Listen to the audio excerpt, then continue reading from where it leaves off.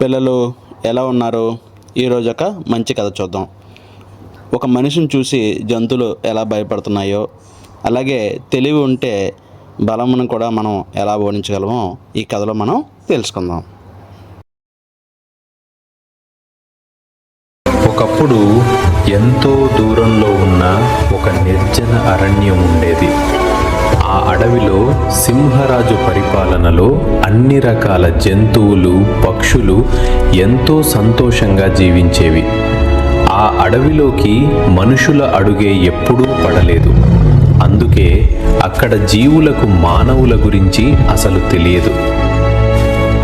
ఒకరోజు ఒక చిన్న బాతు చెట్టు నీడలో ప్రశాంతంగా నిద్రపోతూ ఉండగా దానికి ఒక విచిత్రమైన కల వచ్చింది.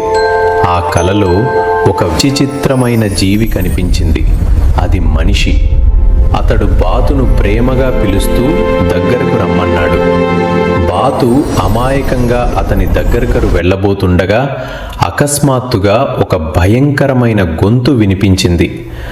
ఆ మృగం దగ్గరకు వెళ్ళకు, అన్ని జంతువుల కంటే అది చాలా క్రూరమైనది. ఆ మాటలు విన్న బాతు ఒక్కసారిగా భయంతో కళ్ళు తెరిచింది. గుండె గట్టిగా కొట్టుకుంటోంది. దిక్కుతోచక అడవిలో పరిగెత్తసాగింది. పరుగెత్తుతూ పోతూ అది సింహరాజు గుహ దగ్గరకు చేరింది.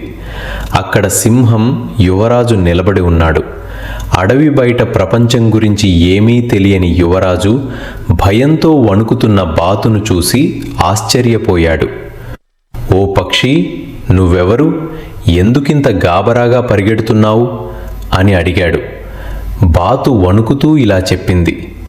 మహారాజా, నేను బాతును. నాకు కలలో ఒక మానవుడు కనిపించాడు.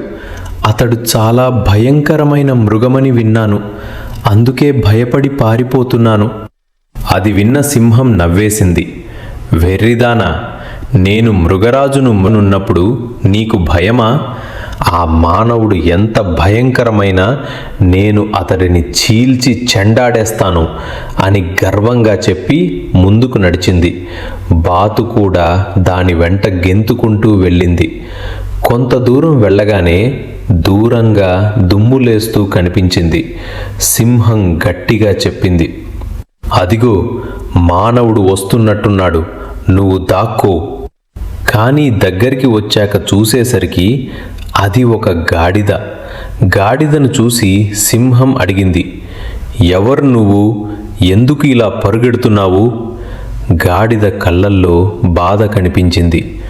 మహారాజా, నేను గాడిదను. మానవుడు నన్ను ఎంతగా హింసించాడో చెప్పలేను. ఎన్నో బరువులు మోయించాడు, కొట్టాడు, తిండి తగ్గించాడు. ఇప్పుడు నన్ను చంపేస్తాడేమోనని భయపడుతున్నాను. ఇది విన్న సింహం మరింత ధైర్యంగా చెప్పింది, నేను ఉన్నాను కదా, ఆ మానవుణ్ణి నేనే చూస్తాను. కానీ గాడిద తల ఊపి, క్షమించండి మహారాజా, అతని కంటపడే ధైర్యం నాకు లేదు అంటూ అక్కడి నుంచి వెళ్ళిపోయింది. అంతలో మళ్ళీ దూరంగా దుమ్ము లేచింది. ఈసారి ఒక గుర్రం నురుగులు కక్కుతూ వేగంగా పరిగెత్తుకుంటూ వచ్చింది.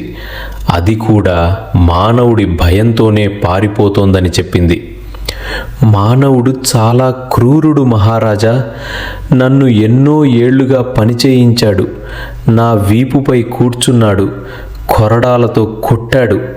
ఇప్పుడు వృద్ధురాలినయ్యాక నన్ను చంపాలని చూస్తున్నాడు. గుర్రం కూడా వెళ్ళిపోయింది. తర్వాత ఒక ఒంటె వచ్చింది. దాని కథ కూడా అదే. మనిషి పేరు వినగానే అది కూడా వణికిపోయింది. ఒక్కొక్క జంతువు ఒకే మాట చెబుతోంది, మానవుడు చాలా ప్రమాదకరుడు. ఇది చూసి సింహం ఆశ్చర్యపోయింది. ఎందుకు అందరూ ఇంత భయపడుతున్నారు అని ఆలోచించింది. అంతలో దూరంగా ఒక ముసలివాడు కనిపించాడు. తలపై ఒక పెద్ద తట్ట, అందులో పనిముట్లు, చెక్క పలకలు. అతడు దగ్గరకు వచ్చి సింహానికి నమస్కారం చేశాడు. జయం మహారాజా. అతడిని చూసి సింహం నవ్వింది. నువ్వెవరు? ఏ జాతి వాడివి? అతడు వినయంగా చెప్పాడు, మహారాజా, నేను వడ్రంగిని. మీ మంత్రి చిరుతపులికి ఇల్లు కట్టడానికి వెళ్తున్నాను. సింహం కోపంగా అంది. ముందు నాకు ఇల్లు కట్టి వెళ్ళు. వడ్రంగి తెలివిగా నవ్వి, సరే మహారాజా, మీకు ప్రత్యేకమైన ఇల్లు కడతాను అన్నాడు. అతడు చెక్కలతో ఒక అద్భుతమైన నిర్మాణం చేశాడు. మహారాజా, లోపలికి వెళ్ళి చూడండి అన్నాడు. గర్వంగా సింహం లోపలికి అడుగుపెట్టింది. అంతే, ఛప్! వడ్రంగి వెంటనే తలుపు మూసేశాడు. సింహం బోనులో చిక్కుకుంది. లోపల నుంచి సింహం గర్జించింది. ఏయ్, ఇదేమిటి?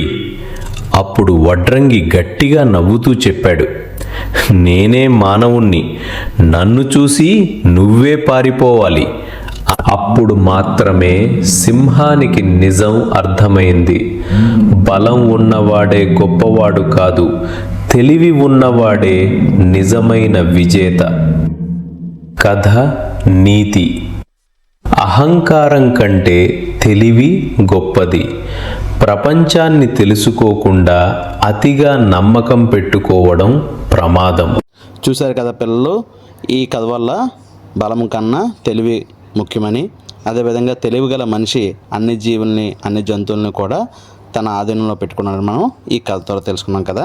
ఇలాంటి మరిన్ని మంచి కథల కోసం, జానపద కథల కోసం మన ఛానల్ని సబ్స్క్రైబ్ చేయండి, అలాగే షేర్ చేయండి. మళ్ళీ ఒక మంచి కథతో మళ్ళీ కలుద్దాం.